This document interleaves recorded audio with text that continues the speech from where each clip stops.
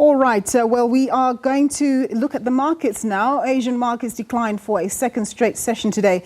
This following the U.S. warning that the coronavirus could kill up to 240,000 American citizens as it continues to rapidly spread around the country. Investors were more risk-averse, preferring instead to pile into the safety of U.S. dollars and bonds. Japan's markets extended the losses registered on Wednesday. The Nikkei share average ended the day down 1.4%. Hong Kong markets ended the day in positive territory, with the Hang Seng Index firming by 0.8% on the day. On mainland China, the Shanghai Composite Index also ended up 1.7%. Over in the United States, U.S. stock markets were bludgeoned yesterday for a second day in a row. Market players are anxious about the upcoming jobless claims numbers coming out later today. It's believed they could be even worse than the 3.28 million claims made in the week ended March 21st. This as most states in the United States are on lockdown. The Dow Jones Industrial Average declined by 4.4%. The S&P 500 was also down by 4.4%. And believe it or not, again, the Nasdaq was also down by the same margin. We're going to now take a look at the indicators.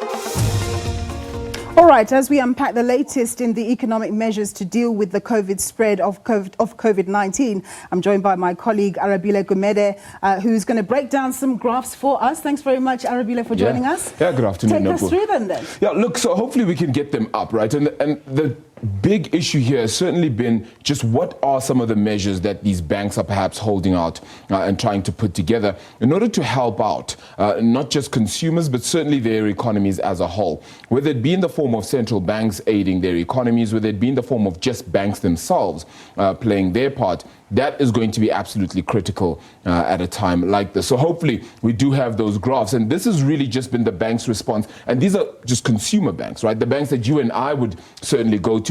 Outside of Capitec, the others have certainly had some sort of response and measurable response right over the last number of days. They've had payment holidays. Qualifying customers, students and small businesses then would be able to take those in.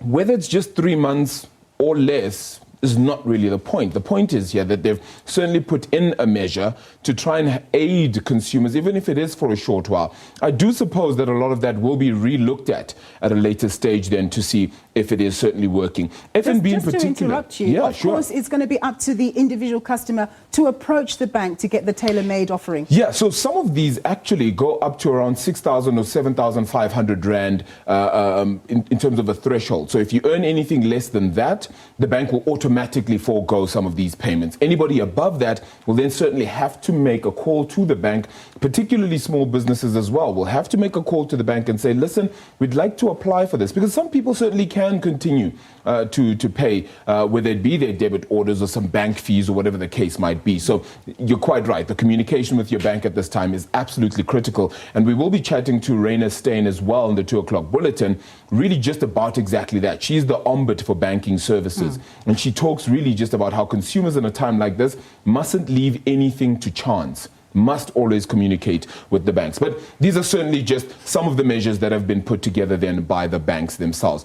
If we head on over to the central banks then, on the central bank front, locally, we've seen our Reserve Bank decide to cut interest rates by 100 basis points. Now, that was an unprecedented move, right? No, but that was something we hadn't seen since pre-2008, 2009. It certainly was, right?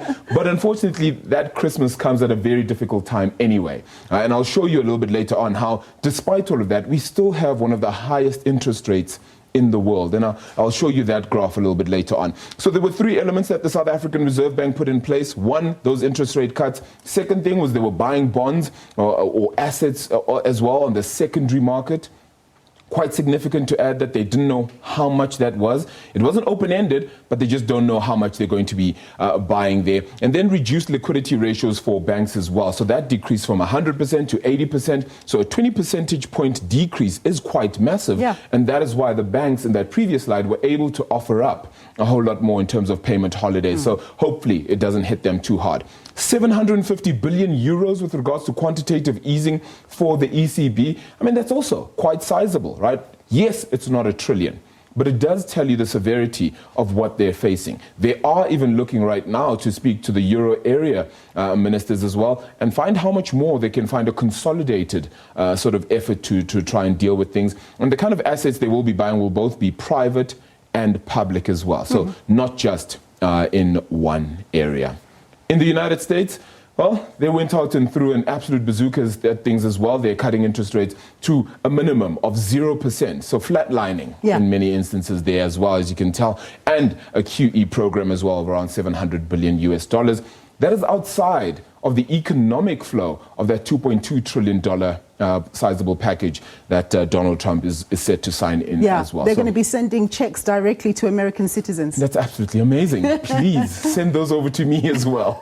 All right, let's continue then. And we check out the Asian market now, right? Particularly the Bank of Japan, and their response here wasn't really sizable. And why I say that is because they already fear that their economy is already in recession, Nompu. And what they've decided then is they don't want to push it any further.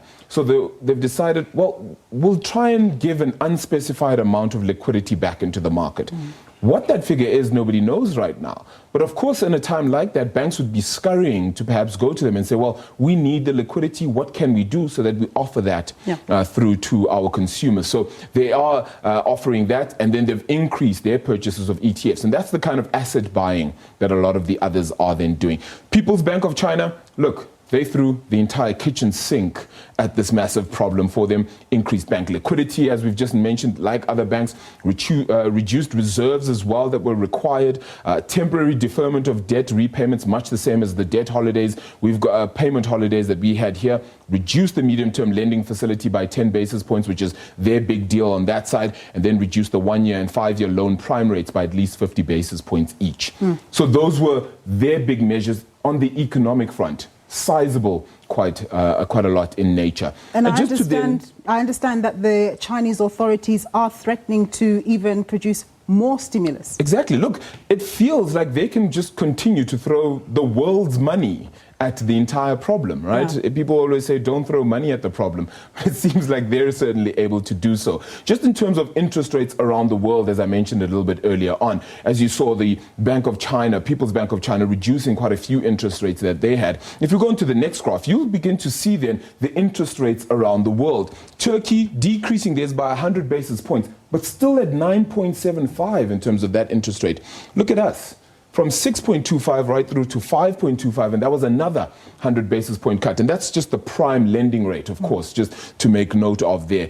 China decreasing, as I said earlier, their medium rate there from 4.15 to 4.05, and that's just 10 basis point cut there. But of course, along the other measures that they've put in place, that is actually quite sizable considering what else they've put in place as well. Malaysia, Canada, Australia, look at the US. That's the upper limit of their interest rate ratio. They're at 0.25%, and the UK pretty much doing the same there too. We're still very high though. Oh, certainly. Look, the Reserve Bank, this is the model to kind of use. And that is a look at where cheaper money currently lies. Excellent. Thank you very much for breaking all of those details down for us. My colleague there, Arabile Gumede, just giving us a sense of the kind of firepower in terms of financial support that various countries are giving to their countries in this coronavirus hectic time.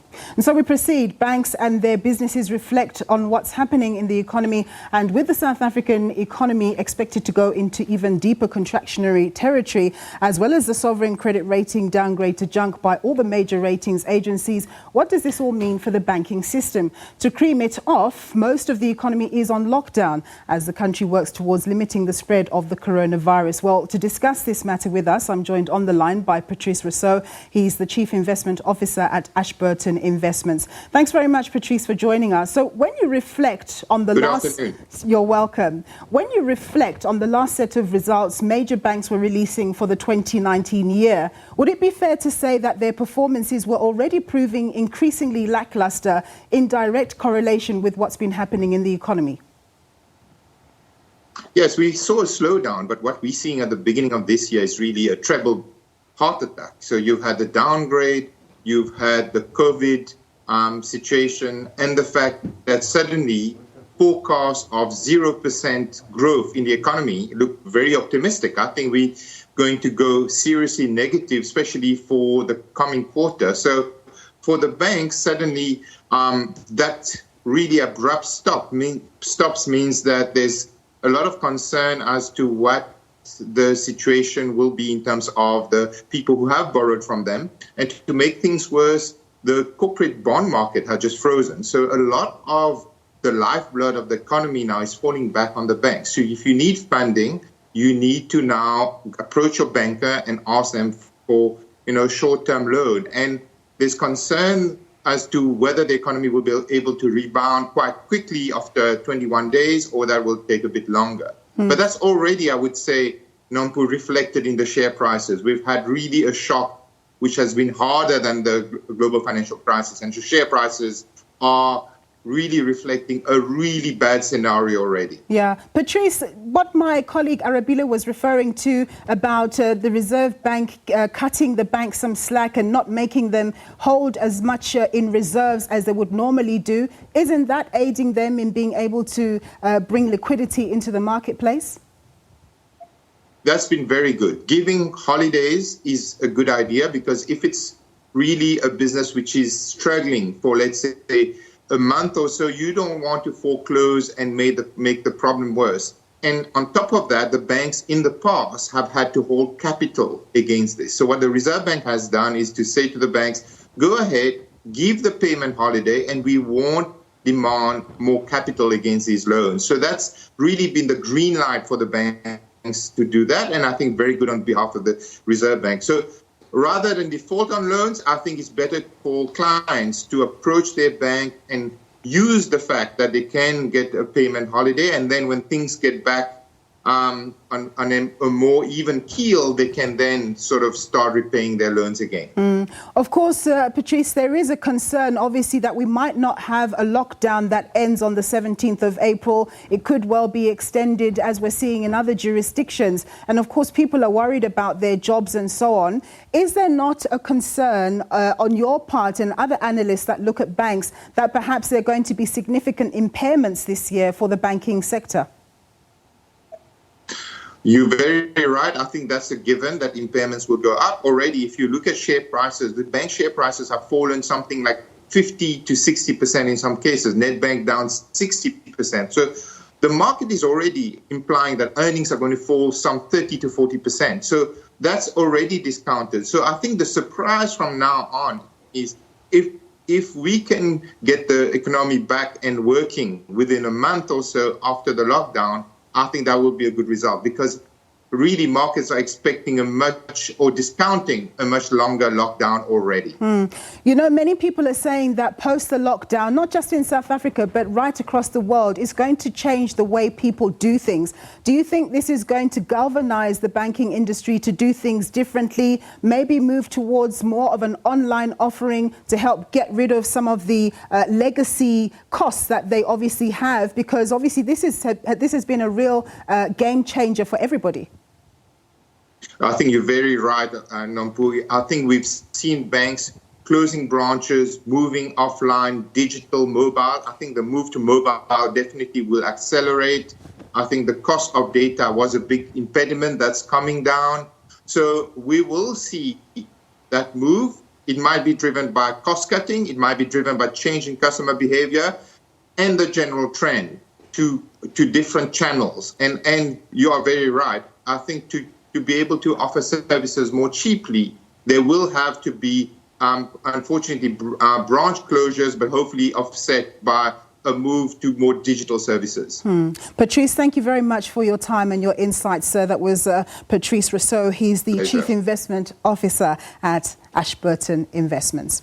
The US Central Bank is implementing unprecedented measures to shore up the economy during these turbulent times. Almost weekly, the Federal Reserve has announced new plans to counter volatility on Wall Street and rising unemployment. Kate Fisher filed this report from Washington. Since the start of the coronavirus crisis, the US Federal Reserve has been rapidly writing prescriptions to try to heal the American economy. So far, its favoured medicine has been injections of enormous amounts of stimulus and interest rate cuts. 2 rounds of emergency cuts have brought US interest rates down to near zero, the same level as was seen during the financial crisis of 2008. Cutting interest rates lowers the cost of loans for banks and in turn borrowers, meaning that people still have easy access to credit during this difficult time. The Fed's also freed up $1.5 trillion to help the big banks continue to lend. And it's launched a quantitative easing programme. It's buying different types of bonds totalling more than $700 billion, and that helps keep long-term interest rates low on things like mortgages and car loans. The Fed's also trying to help small businesses by opening up more short-term borrowing. And this week, the Fed unveiled yet another measure to try to help the global economy and maintain dollar liquidity. It's now allowing foreign central banks to swap US Treasury securities for dollars. That goes above and beyond what the Fed offered during the crisis just over a decade ago. But all of this may not be enough to stop the US economy ending up on life support. The Fed's predicting that 47 million Americans could lose their jobs over the coming months, with unemployment hitting 32%. Kate Fisher, SABC News, Washington. A grim picture indeed. We're going to go for a break. More news for you thereafter.